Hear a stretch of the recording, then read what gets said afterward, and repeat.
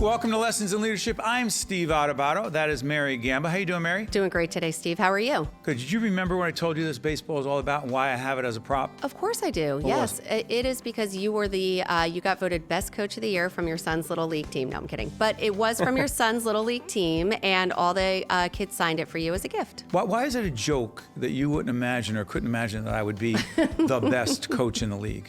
I don't think it's a joke. I think that you definitely were. That's why I had to say it. No, I was the assistant to the assistant coach. Were you really? And I said, kids, would you please sign my ball? No, it's all true. And it was one of the best experiences of my life. Talk about learning about leadership.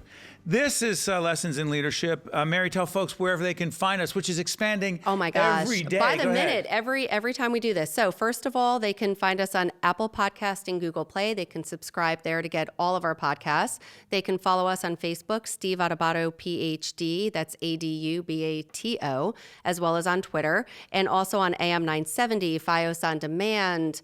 What about on NJEA, the Business and Industry Association? NJEA, stand-deliver.com, which is our own website. We have a ton of valuable resources on our website, free columns, information on our books. All of our past podcasts can also be found there as well. Also want to plug our friends at the Business and Industry Association and ROINJ. It's expanding every time we do the program. I also want to thank our funders who make this program possible, the folks at Prager Metis, the great accounting firm, New Jersey Resources, as well as Hackensack Meridian Health, Valley, the great Valley Bank. We're going to have Ira Robbins going to be taping the CEO with us today, and also International Organization of Operating Engineers, Local 825. Enough plugging.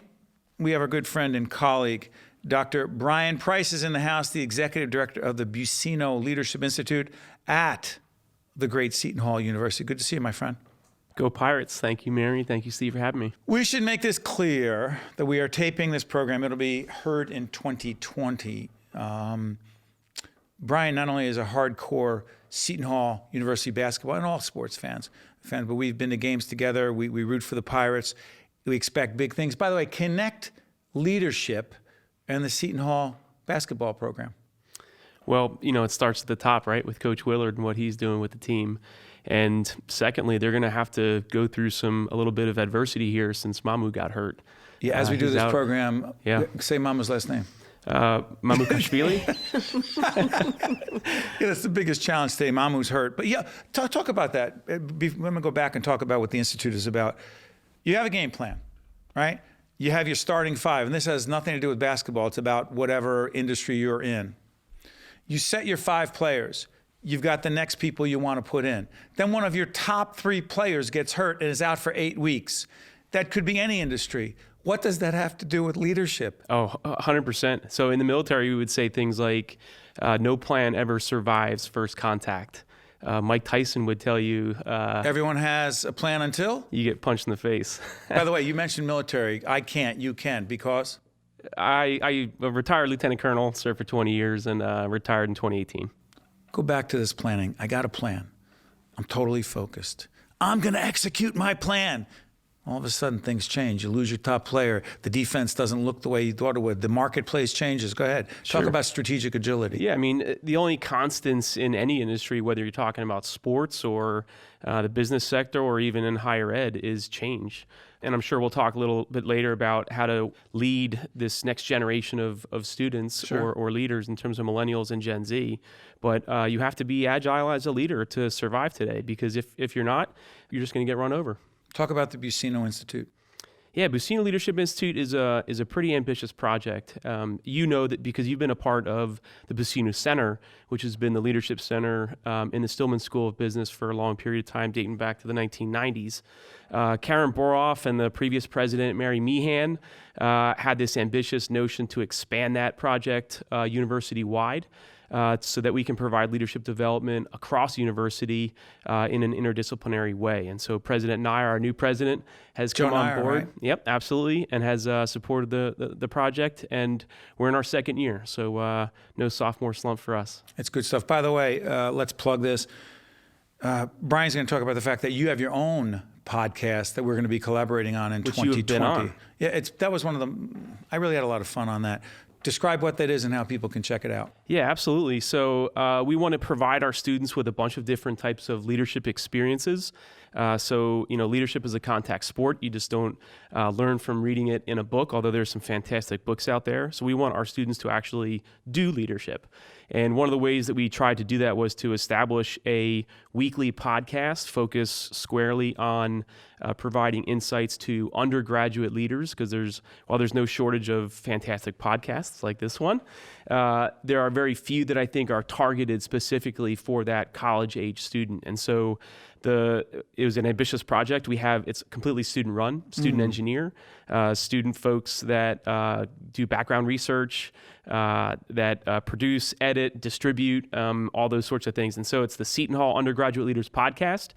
You can follow us on all the same types of platforms that you mentioned earlier in terms of Apple and Spotify. Podcast, Google Play, and Spotify. Yep. By the way, let's get on Spotify. I know. Why aren't Stitcher, we on Brian? Why are we not on Spotify? We might be already on there. Oh, we are. Can we check that out? On Spotify. By the way, East Main Media Studios, Brian Brodeur in the house as well. Speaking about it, this is a great production operation, but I've also been over to WSOU at Seton Hall, which is a nationally recognized college radio station and is where you do the podcast. It is. Another great plug for Seton Hall, and talk about a great leadership laboratory.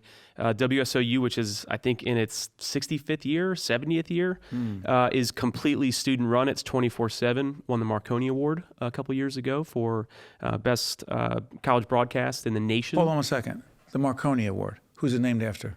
Oh, will you stop? I'm Don't just even. You're putting me on Who's the spot. Marconi? You think I know? No. Marconi? Should I know? Yep. Oh. Discovered the radio. Invented the radio. Wow. He That didn't was discover the before. radio. Yeah, that was way before in I New was Jersey, born. I'm correct? sorry, you were. Down by Yes. my area. By the way, Mary's going to have that edited out that I put her on the spot right there. Oh, about no. Mark- I thought you were going to say you were going to edit out me saying that. I wasn't born when the radio was invented, but you were. So. That will get edited, I imagine. Oh, I guarantee you that I'll get it. Glad to say That between being two. said, but did you see the tension between us? Yeah, Is it healthy? great. That's why you put the guest in the middle. It's spirited. Oh, that's good. That's good. But go back for a second. I'm fascinated by this. The military background you have. And again, I mentioned this book that you know very well. It's called Extreme Ownership, written by 2 Navy SEALs. Talks about their experience. Yeah, their experience in Afghanistan. Question: how much of who you are as a leader, how you lead every day, is based on your military background? Loaded question. Second part: how much of it do you have to leave at the door front, before you go in? Because 99.9% of us, we don't have that background. We don't even know what you're talking about. Sure, but you do, because I think at its heart, whether you're talking about military leadership or effective leadership today, particularly the leadership brand that Seton Hall likes to promote is all about servant leadership, putting others before yourself. And I think that type of leadership is not just, it is definitely needed to succeed in the military and to thrive, but it's by no means unique to just the military. I think we see some of our most effective leaders today who are servant leaders. I think the one aspect that is unique with the military, though, is when you are, oftentimes if you stay in long enough, you're going to be forced to experience leadership in crisis situations where everyone talks about life and death situations, but in the military, particularly if you've been deployed, you experience those things, and that is a very different type of leadership experience. I will say, though, that that's not just military. You see that with our firefighters, with our first responders. We just saw what happened in Jersey City the other day. We're taping right after horrific events in Jersey City, where a very brave police officer was killed in the line of duty. Yep.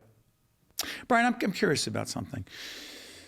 And by the way, let's also disclose that I will be proud to be teaching in the spring 2020 semester, doing a series of seminars with Brian and the students up at Seton Hall University in the Buccino Institute.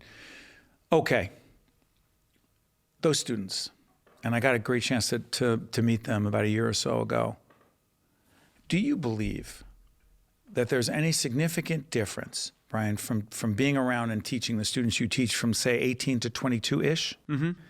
Do you believe there's any significant difference in the way most of them, I don't like to generalize, the way most of them view leadership and what it takes to be a leader? And for some of us, we're different generations, obviously. Different time. Different? Yes. How so?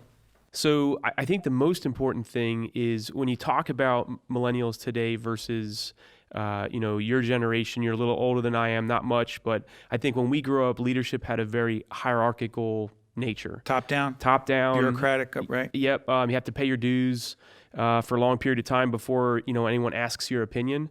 And I think this generation, both the millennials and the Generation Z that's right behind them, are much more comfortable speaking truth to power and don't want to pay their dues. And I think there's pros and cons to both of that. What are the pros? What are the cons? Yeah, I think the pros of that is, how long have, just look at the private sector, for generations where you really didn't get a seat at the table until you were in a company for 20 or 30 years. And so how many great ideas did not get, bubble up to the surface until you had to pay your dues for 20 or 30 years. And so, I think you see a lot of stagnant organizations. I'm looking at your table with the Good to Great book on it. Yeah, Jim Collins, obviously studied those types of organizations.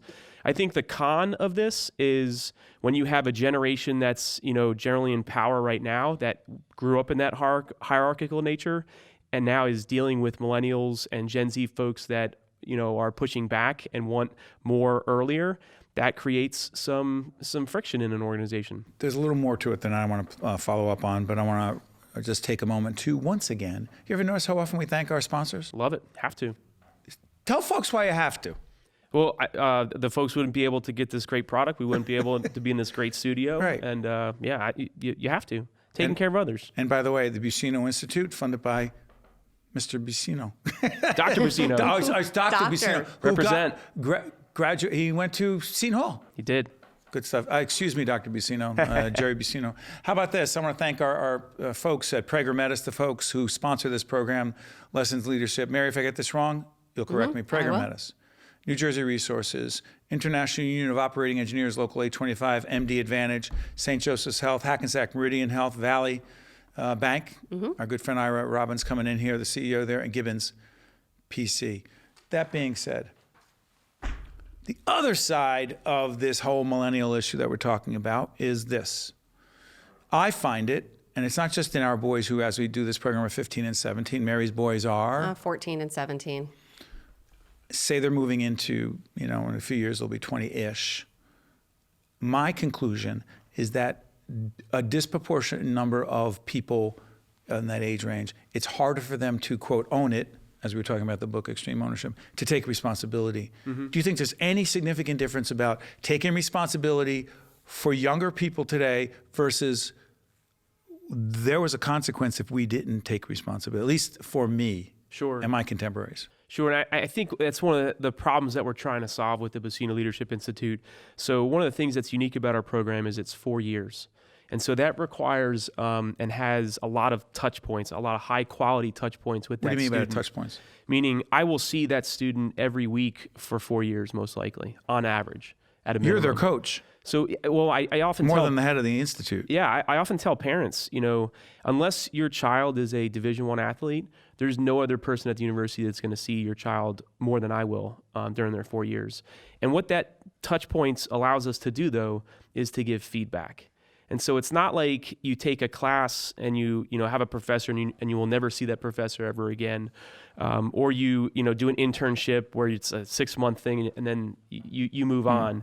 But in this situation, I will be able to provide you feedback, and we give all different types of feedback to our students, and that's how I think you grow. I think when you compare how we did leadership development back in the day, or particularly just now, there's lots of companies out there that they don't start their leadership development until you are mid-career. Pretty late. Yeah. Too late. It's too late. By the way, if you're listening to Dr. Bryan Price, Executive Director of the Buccino Leadership Institute at Seton Hall University, go Pirates. I'm curious about something as we're talking about this whole feedback thing. One of the books, here it is. I'm looking for it. Thanks for the feedback. I'm telling you, they're not just props. These are real books that we've read. Every page, not every page, except for Mary, of course. I feel uncomfortable plugging my book. Would you? So I'll do it for you. I'm joking. I have no problem. We have Lessons in Leadership. You are the brand. Make the connection. I mean, the list I didn't goes say on and plug on. every book. Stop. We don't have time. Yeah. Yes. Not enough time. It's too prolific. Yeah, but here's the reason I'm mentioning it. The feedback thing, and thanks for the feedback, is one of my favorite books by Douglas Stone and Sheila Heen, Heen. I think most people, Mary and I talked about this on a previous episode of Lessons in Leadership. my experience, I think it is more difficult than I ever realized for people, all of us to some degree, to receive constructive, direct, and sometimes you're not the greatest feedback. Correct. Yeah. Can you actually learn to be better at receiving feedback, or is it innate? No, I think it's a learned skill. And I would also kind of, dogpile on that on the other side and say, I think it's sometimes very difficult for us to give critical feedback of others. And how often do you receive training in doing that? Natural? For some people, it's not. For many. Yeah, I think it is a learned skill, but some people are kind of born with that because it's a fear of confrontation. Talk about that. Mary and I are obsessed by this confrontation issue. Yeah. No, about I'm talking about healthy, constructive, important, strategic confrontation, not I'm a nasty person, I'm going to argue with everyone. I don't mean that. No matter how many times we do it, we still afterwards always regroup and say, wow, I could have done this better, or maybe I should have tried this, or I'll give Steve the feedback after he's given feedback to one of our team members. Say, Steve, really, maybe if you use these words instead, it might have been received a little bit better. So even as advanced as we believe we are in the leadership field, we're still learning every day. Oh, absolutely. And I don't think it's fun for anyone to get critical feedback. However, going back to the learn comment, Dweck's research in her book Mindset talks about the difference between a fixed and growth mindset. Who'd you mention? I think it's Carol Dweck is the name. And the book? It's called Mindset. We will include it. Go ahead. A fantastic book that talks about how we all have areas in our life where we either have a growth mindset or a fixed mindset. If you've ever said something like I've said in the past, I stink at learning new languages, that's a fixed mindset. If you had to flip it around to a growth mindset, it would say, I have in the past struggled with learning languages, but I'm capable of getting better. And that little tweak is important. The second thing I would say is, just going back to your comment, Steve, earlier, is when you take a look at, just in sports, because this is an interesting context, you take a look at the best programs and the best coaches, and they all provide critical feedback to their players, but their players, in the best teams are able to receive that feedback and improve. It's so interesting. It is. And here's to Bryan's point. If you've never really received that kind of feedback, if you are used to, you're the greatest, you're terrific, and I'm not going to get into this whole everyone gets a medal thing, a trophy thing. I think there's something to it, but I'm not going to get into that right now. But if you grew up in a household or an environment, Mary and I talked about how much of our style as leaders is a product of what we grew up around. I grew up around hearing constant, often very unhealthy criticism and feedback, like you stink, you suck, whatever, and that was from my dad, and with a lot of foul language in there. To me, that feedback, and I have to temper the feedback I give, which doesn't sound like that, I hope. The point is this: it's natural for me because it doesn't. Now, receiving it is more challenging, but giving it is more natural for me because I grew up around it. What about you? So I not that case. I mean, both of my parents were. Were they really nice? Yeah. Wow. What was that like? I'm unconditional. You seem to be I'm surprised. so jealous. I told Steve the same thing about me. My parents were very nice, very kind, very loving. It was unconditional love. Good. But I also think that you can give critical feedback and still be with love. A few seconds left. Explain that. Well, it's difficult, but I think, in order for you to, the other person has to understand that you care for them beyond a transactional level. And I think, obviously parents are sometimes better at doing that with their kids. I think it's tougher for bosses to do that. But the first step is, have you demonstrated the fact that you love and care for them? Got it. By the way, help me on this, Bryan. I know we're live on the air. We're supposed to be finished up with Dr. Price, but do we have a back end to do with Mary and I, or could we just keep going with Dr. Price? If you would like to keep going, keep going. How much time we have? We have about 12 minutes before our next hit. Great. By the way, you can tell that we're live. I love it. No, I was hoping that you would do that actually, because I feel like there's still more to talk about. So this is good. We talked about being assertive. Just you got a microphone in front of you. I sure do. I'm going to use it. Let's ahead. keep going. So let's try this. Yeah. You grew up around a family that was supportive of you? Yeah, 100%. Wow. I told you, it is Andy's possible. laughing. Andrew, I'm Steve's getting starting to more and more realize jealous as I hear. exactly. What did one of our other guests talked about? What was the show she loved? Oh, Little House on the Prairie. And I was like, and I said, that's how I grew up. We were like, dancing through the fields, picking flowers, but also, hugging. I want to articulate, our family, I grew up with divorced parents, so How old were you? I was in first grade when they divorced. Oh, wow. But my father moved about 4 blocks away from us in order to be with, close to us. And so I was fortunate enough to grow up in a time where I saw essentially both my parents every day, even though they did not live in the same household. Wow. So kudos to them for raising. And it was myself and my 2 brothers. Connect this for us. Your view of parenting, not versus leadership, but compared to leadership. Someone says, what are you talking about? One is parenting and their kids. They're 10, they're 12, they're 17, they're 15. Leadership and management is totally different. He's 42. Is it dramatically different? I don't think so. Like when we talk about our definition of leadership, we talk about... At the great Buccino Leadership Institute at Seton Hall University. Indeed, go Pirates. We say, it's, can you go from vision to reality by maximizing the efforts of everybody on your team? Try that again. So, can you achieve go from vision to reality while maximizing all the efforts of everybody on your team? And so when you look at a family unit and, parents and kids, I think, the same rules apply. You have to model good behavior, right? You have to show them the way. Don't just tell them the way. And then when it comes to maximizing their efforts, I think in this age of helicopter parents and everybody wants to step in, you have to take a step back and realize, is that going to be maximizing the effort of your child when they get into the real world and they find out that not everybody does get a medal?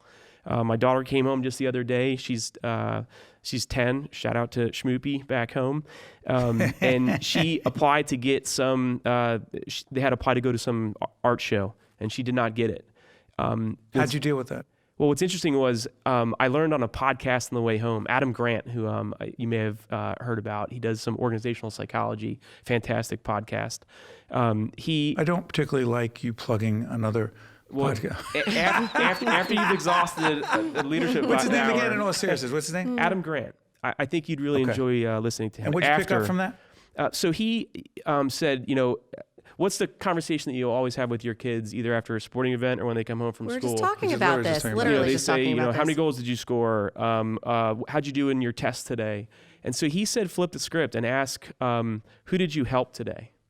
Because he wants to grow. Change the questions. Change the question. By the way, one of my favorite books, I hate that we keep doing this, Yeah. Change Your Questions, Change Your Life Love by it. Dr. Mary Lee Adams. Why does the changing of the question reframe the entire conversation? Dr. Bryan Price from the Buccino Leadership Institute. So, in this situation, he feels as though if we're trying to model the best behavior in what we want out of our children, one of those things that we want them to grow up to be is empathetic, kind, caring people. And so by asking the first question, which is, who did you help today, or who helped you? That's the other Wow. question. And so that's how I found out about my daughter not getting that event. I said, who did you help today? And she said, well, I congratulated 2 people that got this experience that I did not get selected for. And I was like, proud parent moment, Wow. She did that? That was the first words out of her mouth. And then she told me, and I didn't get it. And I was like, wow. And I knew how much she wanted it. Powerful We're going to keep stuff. I would do Yeah, that that's for a you. good one. Our daughter's 9, Olivia, and who very results oriented. I'm going to keep that in mind. By the way, Brian, as we're doing this, for our next guest, who is Ira Robbins, the Yes. CEO of Valley by the bank, if he's here, let him come up. If he's here, I'll go get him now. I didn't mean to say go get it. Poor Brian. Brian runs does East Main everything. Media. Brian's the CEO of I East, need a founder of sandwich, East Main Brian. Media. Get me a He's like, I'll sandwich go while get you're him. down there. Talk about hands-on management. Well, it's so funny though, Brian, because Steve and I were talking before. I said I was trying to deal with something and how to deal with my child not enough ice time in a game. He's an ice hockey player. And it's like what to say afterwards, right? When they're really young, it's a lot easier. Once they get to 10, in this case, he's 17. I literally Googled, like, what do I say, right? So when he drives home and he walks in the door, and it said, say nothing. It said, literally hug him and say, you want something to eat? Because he already knows that he's disappointed, because probably why he didn't get the ice time he wanted is because he wasn't performing in a certain way that the coach wanted. So to go into it and dig deeper. The thing that I read said just let them process and let them learn so they can get those self-coping mechanisms and just, move on and make them realize, hey, let's get something to eat, because it's not life and death that you just, had this happen. And to your point, it's so interesting because we have children, our sons are 17 and 15, and as I said, our daughter is 9, and I have an older son, graduated from Seton Hall with a master's degree in theology and religion and going on for his doctorate. Awesome. Teaching at St. Benedict's Prep. We talk about these things all the time, but what's interesting to me is that, by the way, our good friend Ira Robbins is in the house in Valley. Come on in, Ira. Just listen in. We'll be ready in just a few.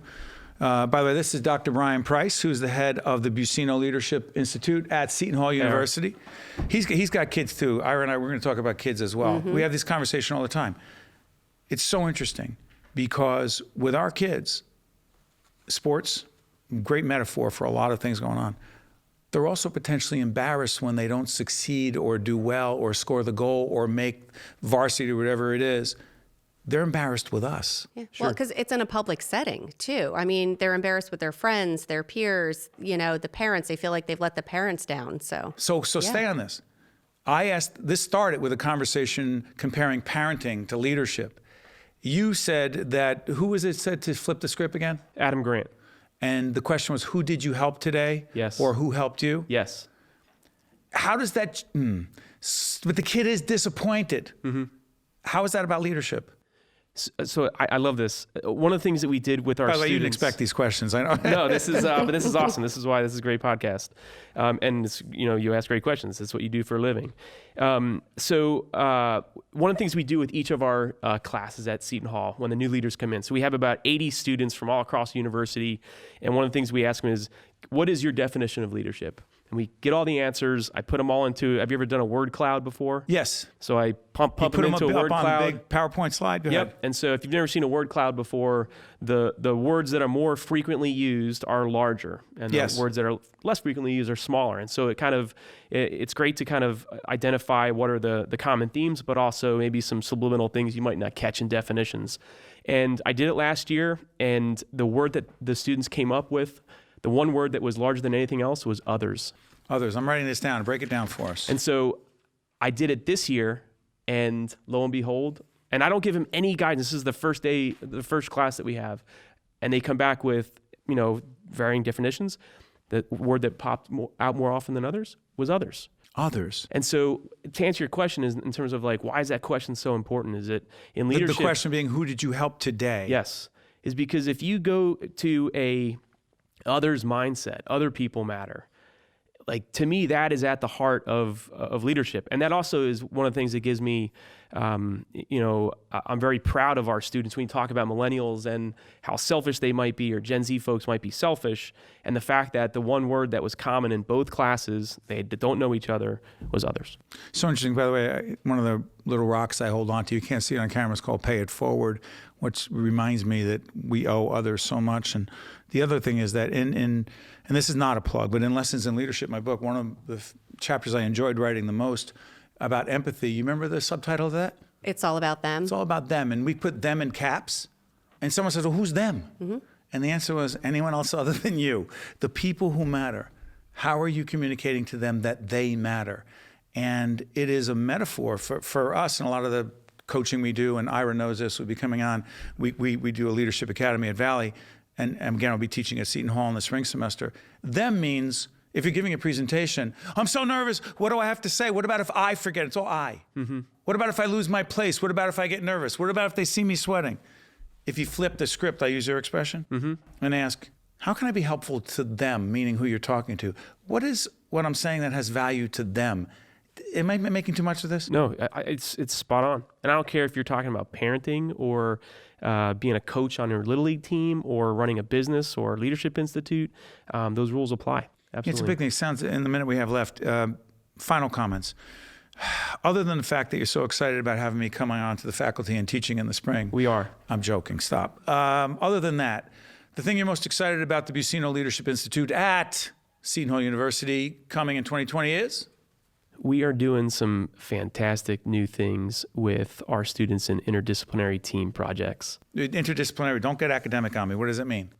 You put a bunch of kids with different majors on a team on a semester-long project, and then you give them feedback throughout.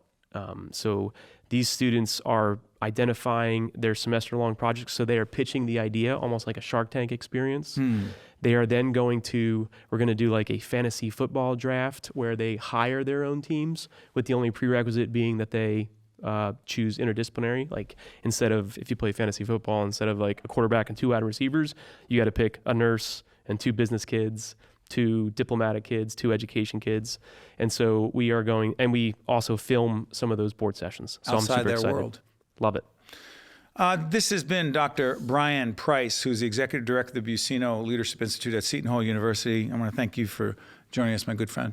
Thank you, Mary. Thank you, Stephen. We can't wait to have you come teach with us in the spring. Go Pirates. By the way, Mary, let people know where they can find lessons in leadership while we thank our sponsors that include Prager Metis, RWJ Barnabas Health, Valley, the folks at Valley Bank, Gibbons, PC, New Jersey Resources, MD Advantage. And where can folks find us? Absolutely. They can subscribe to our podcast at Apple Podcast and Google Play, as well as on our website, stand-deliver.com, and also on Facebook, Steve Adubato, PhD, on Twitter, Steve Adubato, Adubato, as well as on AM 970 the website. AM 970 website, and also on ROI NJ on the Business and Industry Association New Jersey website. FiOS on demand. Yes. This is Steve Adubato. That's Mary Gamba. That's Dr. Bryan Price. Catch the next episode. We're going to have Ira Robbins from Valley. Lessons in Leadership. Check you out next time. This is Mary Gamba. Stay tuned. We'll be right back with State of Affairs with Steve Adubato, where we look at the most pressing issues facing the state of New Jersey. Lessons in Leadership with me, Steve Adubato, and my colleague, Mary Gamba, is brought to you by Prager Metis, Gibbons PC, Valley, and New Jersey Resources. This is Brian Brodeur from East Main Media, and we're proud to help produce Steve Adubato's Leadership Hour, co-hosted by Mary Gamba. To learn more about East Main Media, including our brand new production and event facility in Little Falls, New Jersey, you can visit eastmainmedia.com. That's www.eastmainmedia.com. Or you can follow us on Twitter, Instagram, YouTube, and Facebook. Just search for East Main Media. Thanks for listening. You may not have heard of TAVR. Raj and Sandhya have. It's the minimally invasive alternative to open heart valve replacement. RWJ Barnabas Health is New Jersey's leading TAVR provider, and we continue to perfect it. Patients are often back to their lives in just a few days. Innovative valve replacement surgery. Because you can't be replaced. RWJ Barnabas Health. Let's be healthy together. Funding for this edition of State of Affairs with Steve Adubato has been provided by RWJ Barnabas Health. Berkeley College. Education prepares us to reach our dreams. Be inspired. Valley Bank.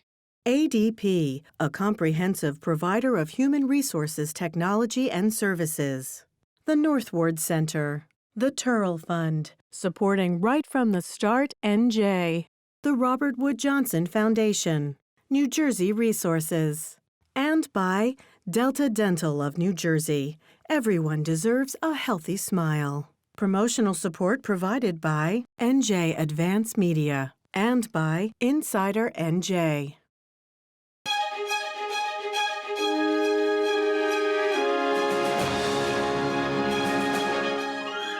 I'm Steve Adubato. This is State of Affairs, coming to you from the Agnes Varus NJTV studio in Newark. Our honor to once again be joined by Carlos Rodriguez, President and CEO of the Community Food Bank of New Jersey. Good to see you, my friend. Good to be here. Some numbers we were talking about before we got on the air. 900,000 people in the state food insecure. Break it down. Break it down. It's stubbornly over 10% of the population for almost as many years. And even, the interesting backdrop is that we have a record unemployment rate. So it just goes to show that the neighbor in need today is many times someone who actually has work income, but is having a hard time making ends meet. Carlos says we put up the website underneath your name because we've been being involved in public awareness with your organization for a while. We want to let folks know about the Community Food Bank because your work is so important, but tell folks exactly what you do. Well, what we do is fuel success by making sure all of our neighbors have the food that they need for that. And so whether you're a child looking to learn or develop and grow into a young adult, or whether you're a parent going to work or a senior trying to stay active and healthy, that's what food is. Food is the cornerstone of what success can be for an individual. You know, the numbers game can be numbing, if you will. I often say numbers can be numbing if you have too many of them around. Like, what does that mean? Put that in context. 1 in 7 children in the state of New Jersey is this food insecure term versus going hungry. Break that down for us. That means at any given point throughout the year, they don't know whether they can put the next meal on the table. These are children. These are children. These are children in families. These are going to school on an empty stomach, going home not knowing whether there's going to be a meal after they try to get their homework done, or before they get their homework done in some cases. So that's the reality of hunger in our community. People, you know, I don't like to personalize this, but for those of us who have kids, right, and they're so fortunate, we are so fortunate, that they have food. More food sometimes than they want or need, right? That's exactly right. We are now talking about children who don't have food. Break it down, and by the way, we've been very much involved with some of our healthcare colleagues and partners talking about, quote unquote, social determinants of health. Going hungry has a lot to do with children and others getting sick. Food is a social determinant of health. It is the cornerstone for what your day is going to look like, how you're going to develop as a child, how productive you're going to be, how you're going to look for that next success in life. How about your brain works or doesn't work during school? It's even more so than that. Not focusing and not having the fuel you need to learn and develop is one, but being a parent and not being able to feed your child actually causes you to go into shock. And there's actually been studies that prove that there are psychological impacts when you cannot meet and you, in fact, are struggling to make basic needs happen for yourself and for your family. Carlos, we're going into the new year. It's 2020. It'll be seen after. We're taping in November. It's over the holidays. We should do this.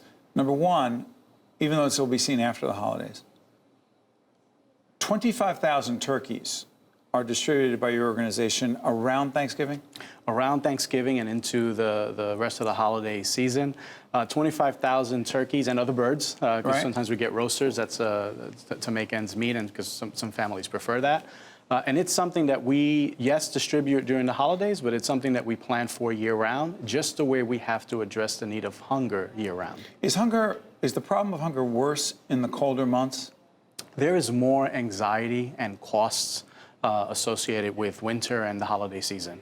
So more anxiety because if you're having a hard time putting a meal on the table throughout the year, making a special meal, as is so important in our culture for Thanksgiving, there's even more anxiety around that. And then, of course, you have things like heating and fuel costs and other expenses that might add on. You know, we put up the website, and we're not in the business of public broadcasting, of advocating, if you will, but we're informing so that you can choose to be helpful or not. When we put up your website, what could people do if they wanted to actually be helpful?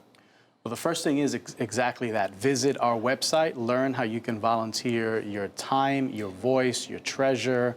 Every dollar at the Community Food Bank of New Jersey supports up to 3 meals. And so we can leverage donations, we can leverage purchasing power, and we can make sure that that food goes to every corner of New Jersey where it's needed, from the northern border of Sussex and Bergen County to the lighthouse in Cape May. You know, we've had conversations with some of our higher ed colleagues at Berkeley College, at Seton Hall University, at other places, where they talk a lot about, and by the way, it could be any university or college, any place in the region, the issue of food insecurity on the part of students. How is your organization dealing with that? And by the way, whose responsibility is that, particularly for students who barely can afford to be in college, much less live there, plus the books and other expenses?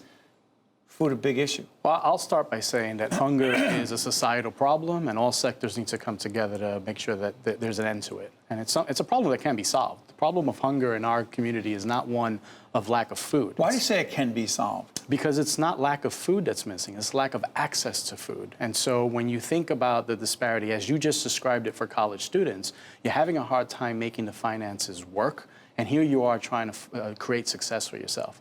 You're limited in your ability to do that if you're struggling to put food on the table, to nourish yourself, to be able to learn and to be able to be productive. But how is it a societal issue? Meaning, are you arguing that there are public policies? I kept thinking, are there public policies that could be created that would be helpful in this regard? I think public policy is one dimension. I think making sure that the distribution of food is available and affordable is another aspect of it.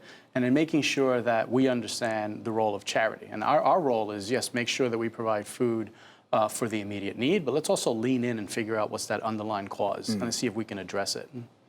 Carlos Rodriguez is the President and Chief Executive Officer of the Community Food Bank of New Jersey. We're proud to be one of your media partners, if you will, trying to get the message out so that people can try to make a difference. Thank you, Carlos. Thank you, Steve. Well done. Thank you. I'm Steve Adubato. This is the State of Affairs. This is the NJTV studio in beautiful Brick City, Newark, New Jersey, the Agnes Varus NJTV studio. We'll be right back right after this. To see more State of Affairs with Steve Adubato programs, visit us online at stateofaffairsnj.org. If you would like to express an opinion, email us at info@caucusnj.org. Find us on Facebook at facebook.com/Steve Adubato, PhD. And follow us on Twitter at Steve Adubato. Hi, Steve Adubato here in Atlantic City at the 166th New Jersey Education Association Convention. We are talking to educators, leaders of the NJEA, all sorts of national folks who talk about education as well. Once again, we're joined by Marie Blistan, President of the New Jersey Education Association. Good to see you. Good, thank you, Steve. Did you wear blue because you heard I was wearing this tie? I think I did. I think I had mental telepathy with you. By the way, your vice president's wearing blue as well. I saw that. Yes, we're all on the same page. Good to know. By the way, you could tell that we're live here in Atlantic City because you see the activity going on. The convention is just kicking off early in the morning. Marie, first of all, put this in context for folks, because for those of us who we have a fourth grader who's like, Dad, I have the 2 days off. Yeah. Well, those 2 days off, tell folks what goes on here. Well, they're not 2 days off for our educators in this state, that's for sure. We have 229 different workshops for our educators. We have 200,000 members, Steve, as you know, in our great public schools, and they have the availability to come here, participate in those workshops in areas of their expertise, to grow their own professional learning, and again, to make content specific and important and relevant for our students in their lives. You know what's interesting, as you're listening to Marie, we're going to be interviewing one of the main speakers here, Dr. Cornel West, internationally recognized, talks about race, social justice, and its connection to education. Your view of this, why is social justice a big theme at this convention? Well, it's a platform that my two colleagues, Sean Spiller and Steve Beatty, and I ran on in this great state. Your president and your secretary Vice President treasurer. and Secretary Treasurer. Right. Yeah, absolutely. And you'll see that the theme here says that for student success, we need education justice, we need social justice, and we need to do it by standing together. And that is a theme that we've had the past 2 years. We're going to continue it this year and definitely next year and into the future. So to have Dr. Cornel West here. That's a big deal. Oh, it's a huge deal. Our two speakers yesterday, by the way, were two students in college, Priya and Winona, who started in high school from Princeton High School. And they wrote a wonderful book. We have the book over there. Tell me who you are. Yes, tell me who you are. And they went around the country. Tell everyone what they did. They went around the country. They went to all 50 states as soon as they graduated high school, took a year off before they went to college. Oh, by the way, they went to some small schools. It was at Harvard and Princeton. Yeah, I'm a Rutgers guy, so I'm not impressed. Yes. But go ahead. Well, listen, these two girls, they're impressive. And they talked about race. They did, and racial justice, and our ability to be cognizant of where we are today and to want to grow our consciousness about it, to be specific, intentional about critiquing what the status quo is, and then to use our talents and abilities to change and make the movement in this country, to make ourselves a better place. If you're just joining us, we're at the New Jersey Education Association Convention here at the Convention Center in Atlantic City. 166 years they've been doing it. We're here with the president of the NJEA, Marie Blistan. Let me ask you this. We go from these big picture issues of social justice, Yes. race, its connection to education, to a meat and potatoes issue you and I discussed on the radio recently. I was hosting over at AM 970, and you were good enough to get up real early and join us. And you talked about standardized testing. Yes. For folks who care about this thing called the PARCC test. Yes. P-A-R-C-C. Yes. Is it done? Is it dead? Well, we're still talking about standardized testing and its proper use with our students in education. And I always start where we should start. What is the role of education? A role of education is to enable our students to become productive citizens in this great country of ours. Let's start from there and let's work backwards on what it is that they need. Testing has its role, just as standards do. And I'm a big supporter of standards in our state and implementing those standards. But when we look at standards, we must look at what the education is, what the curriculum is. What we know about testing is it has its place. It gives us a snapshot. It helps guide us as we move along, but there are different types of testing. And the most formative, the most important testing for me as a classroom teacher was always Go back, hold yeah. on. Go back and let people know, before you became the president, Yes. you were in the classroom for a couple of years at Yeah, least. more than 30 years. I taught kindergarten through 12th grade over those many years, regular education, as well as students who receive special education. Good, go back to, that's great background. Yes. Context. Go back to this connection to testing. Well, as a classroom teacher, I was constantly assessing my students' learning while I was teaching a lesson. I'm trained to do that. I'm an expert in that, so that I would know, even as I was delivering a lesson, whether I was meeting their needs, whether I was capturing their attention, connecting with their background knowledge so that they could in fact get the concept, or did I need to readjust constantly? That's assessing. I also used formative assessments, which are the classroom test and the district test that we would use. But Marie, you're not saying you don't believe in standardized testing Right. at all. No, absolutely not. Because there's It going has to be its something place. after PARCC. It has its place. But whether we have the overemphasis that this state during prior years put into place, Steve, we right now are spending 65 hours of our students' attention doing standardized testing. Put that in context. What does that mean? Well, that equates to over 80 45-minute periods of instruction that our students could be doing instruction in the arts, in music, in art education, in science, in social studies. There are so many other things that we use. We are not making robots of our students. Our students are more than a test score. You know, we are in agreement with our other stakeholders. I just saw a paper recently by the School Boards Association. They've come together and produced And you a don't always summary agree paper. on things. You know, more times than not But that we the do. point is you have different agendas, but on this, No, you know what? Our agenda is the same. Our agenda is to provide the best quality public education that we can for our students. And when I look at the school board's recent summary on social emotional needs of our students, and the fact that they in fact have a sentence in their paper that our students are more than a test score, that's what I said in a recent op-ed. so you're in sync on this. We are, absolutely. We want what's best for our students, and we want a full-rounded, quality public education. We are not here to produce students who can only take tests. And I will add this, Steve, that the colleges themselves are no longer relying on standardized test scores for entrance. They are looking at what we know works. They're looking at a student's full profile, what their academic courses were, how they did, and what else they did in high school. You've been listening to and watching Marie Blistan, who is the president of the NJEA. We're here at the NJEA Convention. I should have said this up front. The New Jersey Education Association is a longtime underwriter. I should disclose that, a long-time underwriter of what we do at the Caucus Educational Corporation and of our colleagues and partners at NJTV. I want to thank you, Marie. No, thank you, Steve. We good to be here. appreciate it. We love being here. We're excited to be here. And again, our educators, we're #1 in the United States, by the way. Oh, yeah. Best By the way, quality public who schools. was it again? Education Weekly. I knew you'd know that. Yeah. They said #1. They were said #1. We were #2 for a while. We were very proud of it, but we said we were not going to stop until we got to be Isn't #1. it great? New Jersey and we're is, going to stay there. New Jersey's #1 in something other than Yes. property taxes, Yes. auto insurance Yes. rates. We're #1. Well, that's why people want to move here, by the way. They know that they have a quality public education system. Thank you, Marie. Thank you, Steve. Done. Appreciate it. Thank you. We'll be back right after this, promise. To see more State of Affairs with Steve Adubato programs, visit us online at stateofaffairsnj.org. If you would like to express an opinion, email us at info@caucusnj.org. Find us on Facebook at facebook.com/Steve Adubato, PhD, and follow us on Twitter at Steve Adubato.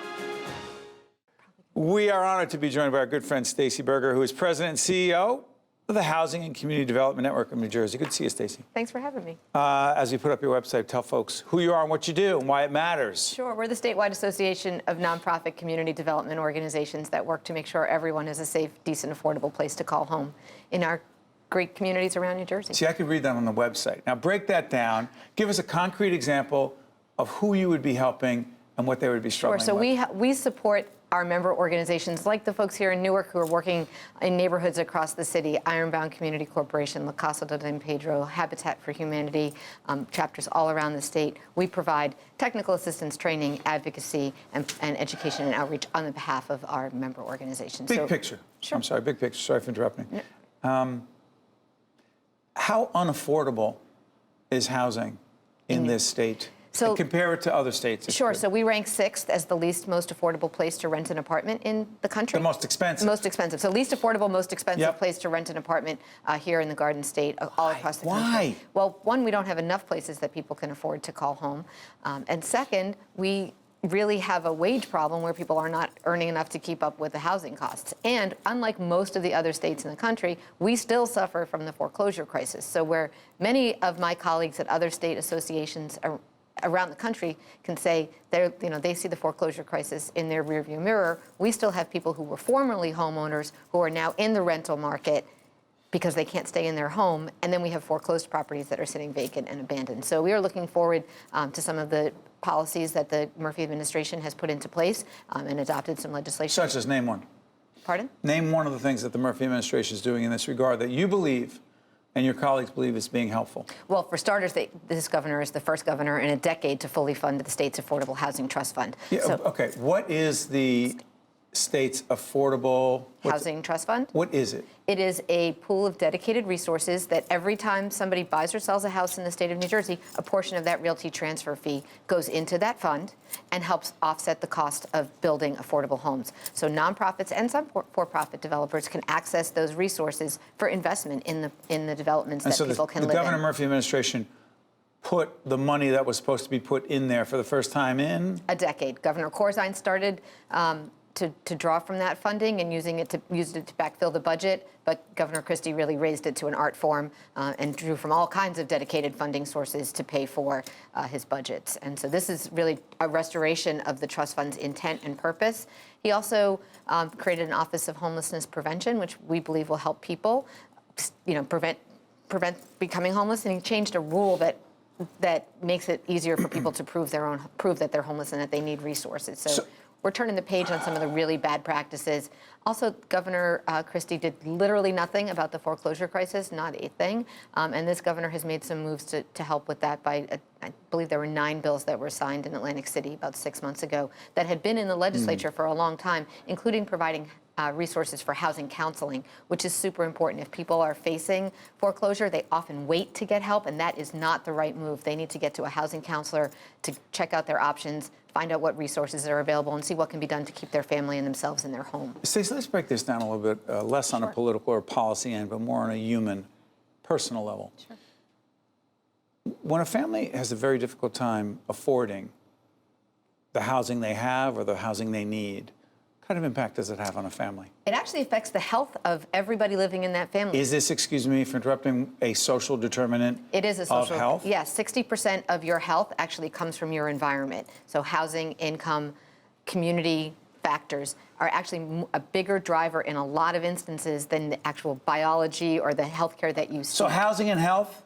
They are intertwined. As Governor Crane never said, not perfect together. Governor Kane did not say housing and health were perfect together, but they are. We like to say that housing is healthcare. Housing is? Healthcare. Break it down.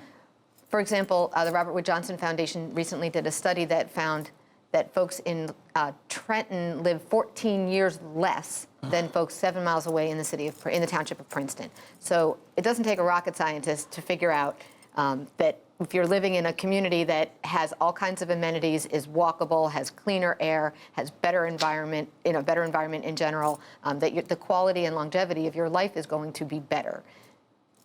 Wow. And so those numbers are pretty staggering. What your zip code is shouldn't determine the quality of your life. Every zip code should be a place that people can thrive. And that's really what our members are doing, making sure that people have safe, affordable homes, access to quality jobs at living wages, opportunities for education and childcare. Staci, you and I have known each other for more than a couple of years. Just a few. And we've talked about a whole range of issues. But whoever you're affiliated with, whatever you're doing, it always struck me, and it strikes me now, that your concern, your interest, your passion for those who are struggling and those who need that helping hand has been pretty consistent. Where does that come from? It comes from how I grew up and how I was raised. I was saying before we started taping, my grandfather was a World War II veteran, and he always said, paying taxes was the most patriotic thing he could do. And I think that, being part of the fabric of our community and being involved in society and paying our fair share is really an important part of being a good citizen. Is that part of the reason why, when I asked you before we got on the air, if you were supportive of Governor Murphy's call to raise taxes on the first dollar over $1 million for people in the state of New Jersey? There's a certain tax rate right now. He wants to raise it. You said, yeah, absolutely, I agree with that. But what would that have to do with housing-related issues? Yeah. Sure. Well, for starters, it would help bring more revenue into the budget and make sure that we can balance the budget without having to have these raids or redirection of resources. We know that when the state has the kind of resources that it can spend on its people, we all do better. I mean, Senator Wellstone used to say, right, we all do better when we all do better. Wellstone, right? Yeah, I mean, that's really what this comes down to, is the state of New Jersey, for the last 10 or 15 or even 20 years, has really been starved for the ability to invest in our people and our infrastructure. Let me play a little devil's advocate. No. Yeah, I'm going to do it. There are a fair number of friends of mine who are older than you and that have worked for a while and are paying taxes in the state. And they'll say, this is it. And you've heard this, your friends say the same thing, some of them. I'm getting out of here. I don't want to pay New Jersey income taxes. I'm going to Florida, no income tax there. Do you ever worry that the cost of living in the state, for those who are more comfortable than the folks you're talking about, will leave, will lose that tax revenue, and therefore it negates everything you just said because we lose that revenue? I don't worry about that because the data doesn't back that up. I'm a person that believes in numbers and data, and anecdotal evidence doesn't move you. It doesn't scare me. I'm not scared by the boogeyman of things that can't be proven. I believe in science and math, and I think that most people do too. Yeah. The data doesn't show that actually is what happened. I'm not buying it, and I don't think our elected officials should either. How about this? Airbnb. What 20 seconds. What was the vote that mattered in Jersey City on Airbnb? Why is Steve Fulop, the mayor, talking about it? What the heck does it have to do with housing? It has everything to do with housing because Airbnb was operating in the city of Jersey City without really any regulations. And when the city adopted what seemed to be a fair, sensible ordinance that would regulate how Airbnb could control a large portion of the rental market, which we talked about earlier being very small and not nearly enough, and that supply and demand problem really drives the issue of not having affordable rents, and because there aren't enough places. 2 seconds, go ahead. Sure. So that ordinance was really a litmus test for whether Airbnb was going to be able to take more than its fair share of the marketplace. This is going to be an ongoing issue. It probably is going to be an ongoing issue, but I think the people in Jersey City spoke and they stood up for the rest of New Jersey. Staci Berger will be back talking about that and other things on State of Affairs. I want to thank you, my friend. Oh, thank you for having me. Well done. Thanks. Stay right there. I'm Steve Adubato. This has been State of Affairs. We'll catch you next time. State of Affairs with Steve Adubato is a production of the Caucus Educational Corporation. Funding has been provided by RWJ Barnabas Health, Berkeley College, Valley Bank, ADP, the Northward Center, the Turrell Fund, supporting Right from the Start NJ, the Robert Wood Johnson Foundation, New Jersey Resources, and by Delta Dental of New Jersey. Promotional support provided by NJ Advance Media and by Insider NJ. Hi, I'm Dennis Wilson, President and CEO of Delta Dental of New Jersey. You probably know that visiting your dentist and daily at-home care are necessary for maintaining good oral health. What you might not know is that your oral health is connected to your overall health. Oral health may impact conditions like diabetes, blood disorders, and heart disease. Regular cleanings and checkups allow your dentist to assess your risk and keep you and your smile healthy. I could feel my lungs fill with oxygen, and I got my life back. The Sharing Network means to me hope, life, and everything. The Sharing Network was a lifeline to me when I really needed it. We are an organ procurement organization. The core purpose of the New Jersey Sharing Network is to save and enhance lives. To honor those who gave. Pay tribute to those who received. Offer hope to those who continue to wait. And remember the lives lost while waiting. For the gift of life.